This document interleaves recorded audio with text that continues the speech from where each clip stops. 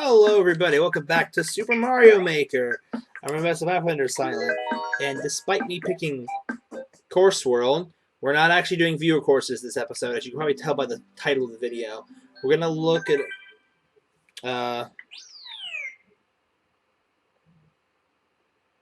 when was that? Was that right now? That was actually like what 12 now? Oh no, that was just the notification. So that came in a while ago.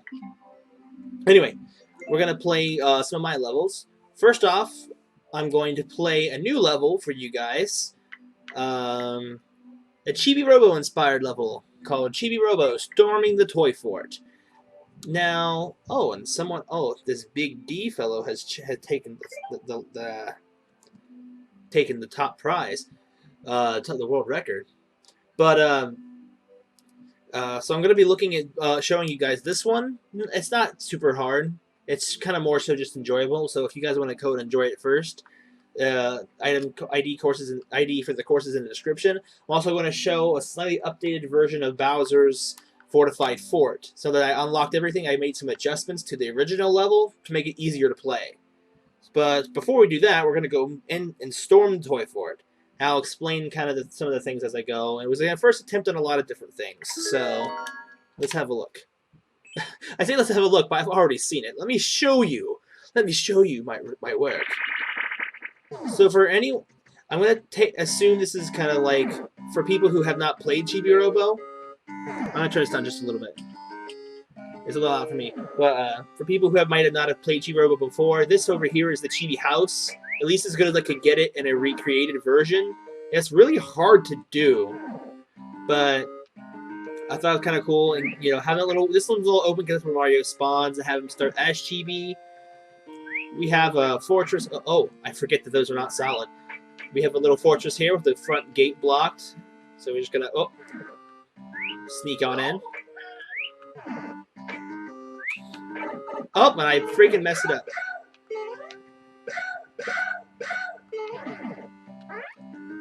So I was experimenting with using the door warps. You can't make as many doors as I thought you could. Oh, and I did.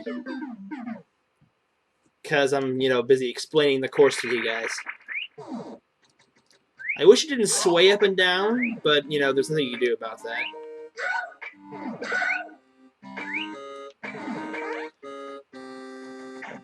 This is more so just kind of some fun experimenting with the ship set that I was doing. I thought, let's just do a Chibi Robo theme course based off of absolutely nothing. So that's what I did. It's not really based off of anything from a Chibi Robo game, other than maybe this is the idea of a fort of toys trying to take down Chibi Robo.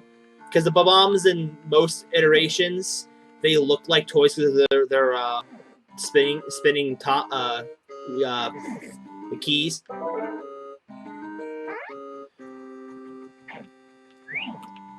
And these are like just the different rooms of the fort. I just tend to rush past him because it's just easier that way. It's not a really long level or a hard one. To be honest, I'm not surprised I died on it at all. But I just had a lot of fun with a lot of the fort-style mechanics. Like, I wanted to make a fort or a ship-themed level, but I didn't know what to make it themed off of, so...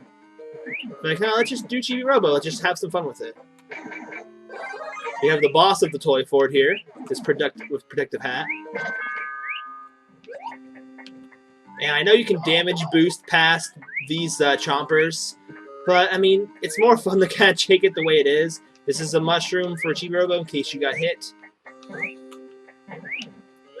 And then we have a short little... okay. There's a lot of stuff I forgot. I can't lower myself. And there we go. We're back at the Chibi house.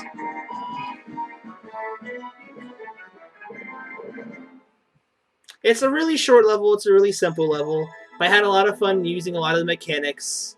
And I don't know. I just had an interesting idea for this one, and I think it came out really well. Maybe if I had warp pipes while I was making this, I might have been able to do something slightly different with it, but I still think it turned out okay.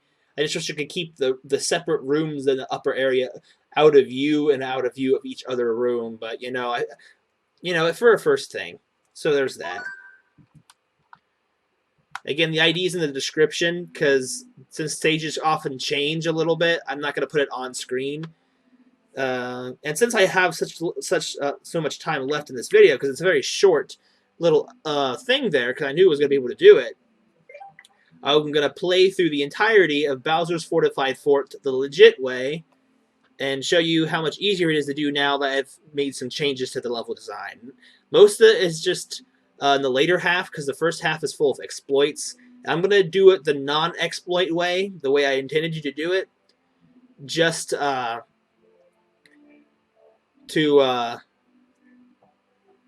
what am I trying to say? Just so that way you can find exploits for yourself to get through certain parts of the level quicker. But I did change to fair enough, so I am going to show the whole level. But if you're not interested in watching the whole level again, just know that if you want to go back and play it, if you tried it before, it is easier now than what it was in its highlighted video. Way more forgiving. So let's go.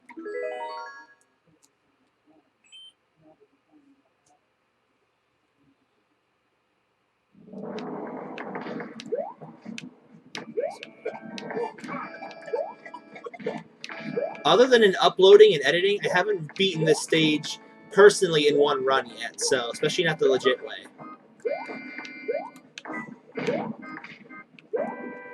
I'm using it as a learning experience. I feel like making a sequel to this concept in the future now that I have everything unlocked. Maybe one with less exploits, but I feel like the exploits are a good thing because it allows people that are more skilled to find shortcuts that normal players may not be able to pull off. Like this original idea was a lot harder, and I messed it up. And I gotta go back. That was me being slappy. I love the music in this castle, though. Ah! I've never messed up this part this much, ever. Oh my gosh. Am I sucking so bad at this one right now?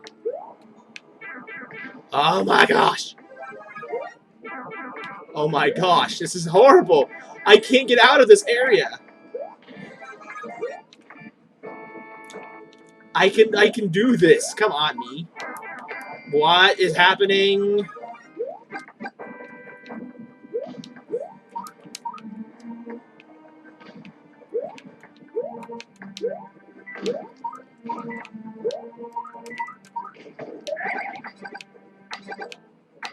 Oh, I love this. It's harder because you have to make a spin as your first launch jump. Oh, almost walked right off.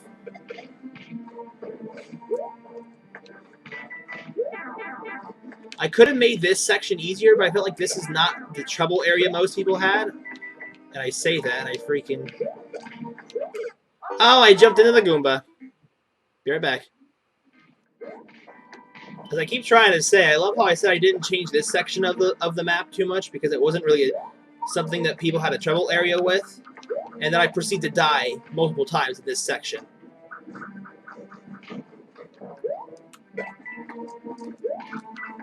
There's that wrench up there. And here's the big kicker here I changed. This section up here is pretty different. But okay, well. The idea is still the same.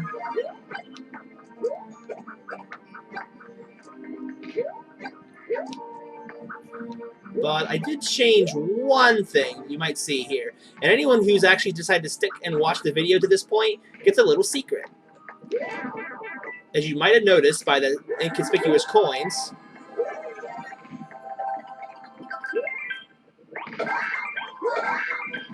we have a little bit of a gap, of a time saver for those of you who might have actually stuck around or experimented a little bit. I mean, I'm sure it wasn't super unobvious, but you know, just for those, like a little sneak peek for those who actually stuck with the video and watched up to this point anyway to see the changes, and then just go play it for yourself. It's just, for me, that first part of the stage to me is the hardest. The second part is not that bad, and with a checkpoint now, it's even easier. I changed a lot of the obstacles. And actually hidden somewhere around each block is another flying cap for those of you who might have got hit but still survived. So I don't want to punish you guys for surviving. Or that could happen to you, like like it did for me. I made it back to this one now. As you can see, I changed a lot of the sections so that way it can be easier. This is like a resting spot, and in case you get hit by a Spiny, you have that there, locked in place, and very obvious. That Spike would just go away. I also took away all the cheap sheeps of the level, because I just felt like it... Okay, well, see, this is the kind of thing that happens. Get out of here, Piranha Plant. No one likes your sass.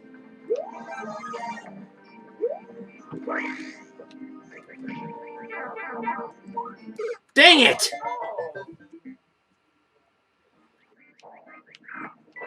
Okay, well, I died like 5 times trying to get back here again. Okay, well, I don't remember these guys having such good timing. It's still a little more bullet heavy, but it definitely is more user friendly than before. But man, these Bowser fire bars, man, I tell you.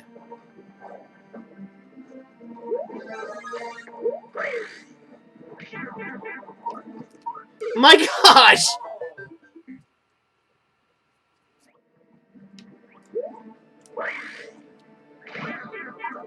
Okay, we're good, we're good.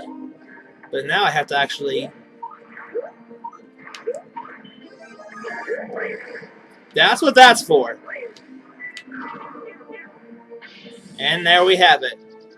I can't believe I died like 7 or 8 more times just to finish the level already. It's not an easy level for me to finish.